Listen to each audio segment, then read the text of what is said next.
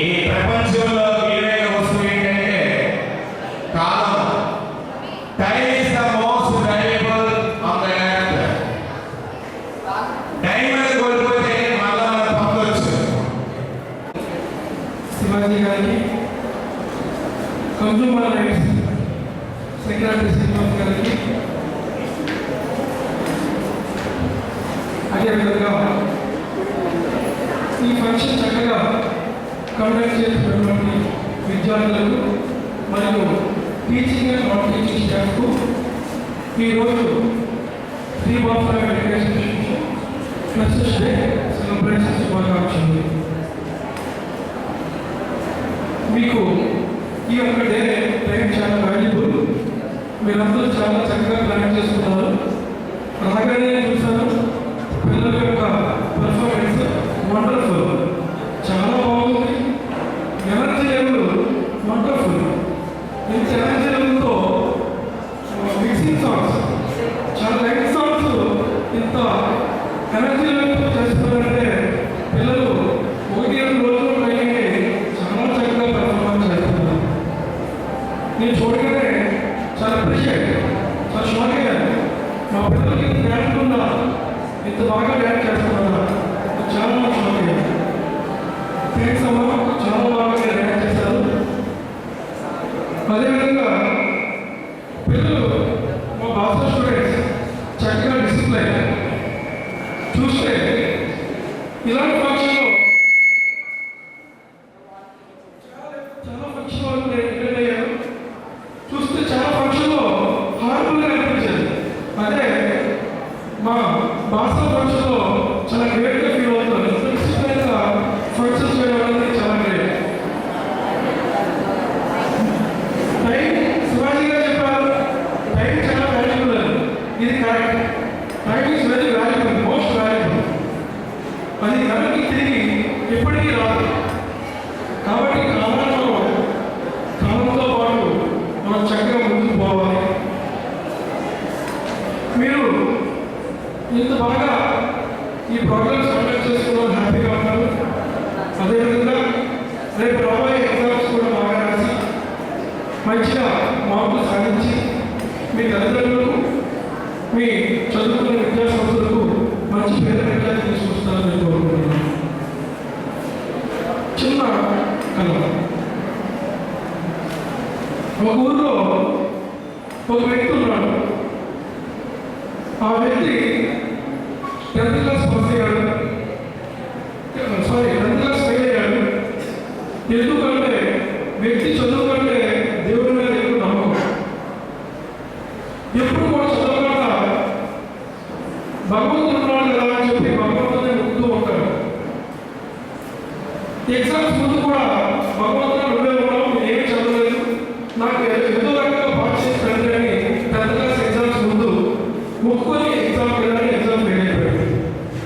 తల్లిదండ్రులు తింటారు ఏంటంటే పర్వాలేదు పోతే పోని, అంత స్వామి చూసుకొని స్వామి దగ్గర అని చెప్పాడు. కొన్ని రోజులు గడిచి వాడికి కొంచెం పెద్దవాడు. ఆ తల్లిదండ్రులు పెళ్లి చేశారు. పెళ్లి చేసే క్రమంలో పిల్లలు కూడా పుట్టారు. వాళ్ళు బాగా ఉన్నది ఎవరిని మీరు ఎప్పుడు చూసినా ఏ పని పాటు చేయరు, మన పిల్లలు ఉన్నారు కదా, మరి ఏ పని పాటు చేయకపోతే మీరు ఎందుకు ఎలాగని మనం బ్రతుకుతామంటే మన బ్రతకాలని పని పాటు చేయాల్సిన అవసరం లేదు, నాకు స్వామి ఉన్నారు, స్వామి దగ్గర మీకేం పర్లేదు, నేను చూసుకుంటాను, అంత స్వామి చూసుకుంటానని అప్పుడు కూడా భార్య ఎదురుగా చెప్పారు. అంటే మార్నింగ్ ఒక అనౌన్స్మెంట్ వచ్చింది, పెద్ద తుఫాన్ మీ ఊరిలో అందరూ కూడా వేకేట్ చేయండి, ఇక్కడ పెద్ద తుఫాన్ వస్తుంది, ఊరంతా మునిగిపోతుందని గవర్నమెంట్ హెచ్చరించింది. అందరూ కూడా గవర్నమెంట్ వెహికల్స్ పంపించింది. అందరూ కూడా వెహికల్స్ దగ్గరికి వెళ్ళిపోయారు. ఈ మాత్రం ఇంట్లో భార్య అందరూ వెళ్ళిపోయారు కదా, మనం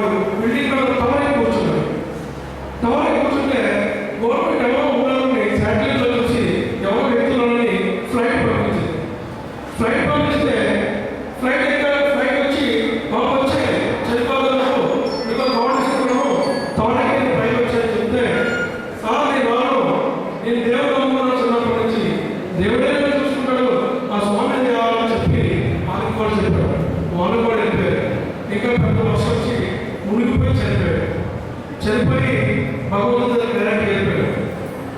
స్వామి స్వామి అందరూ నిన్ను ప్రార్థిస్తాను తెలియదు, కానీ నిన్ను మనస్ఫూర్తిగా ప్రార్థించి నిన్నే నమ్ముకున్నావు, నువ్వు మాత్రం ఏం చేసావు, నన్ను చంపించి బయట తీసుకెళ్తావా, ఇదేనా నీ నమ్మకం, ఇదేనా నీ న్యాయాన్ని దేవుడితో పోరాడుతున్నాడు. భగవంతుడు అలా చెప్పాడు, నైనా నువ్వు కరెక్ట్గా గుర్తుంచుకో, నువ్వు ఆపదలో ఉన్నావని ఫస్ట్ లారీని పంపించాను, నువ్వు ఎక్కలే. తర్వాత షిప్ పంపించాను, నువ్వు ఎక్కలే. తర్వాత ఫ్లైట్ పంపించాను, నువ్వు ఎక్కలే. నన్ను ఏం చేయమంటావు, రక్షించడానికి నేనే స్వయంగా రావాలా అని చెప్పి ఇద్దరు చనిపోయినాను ఇది చెప్పాడు.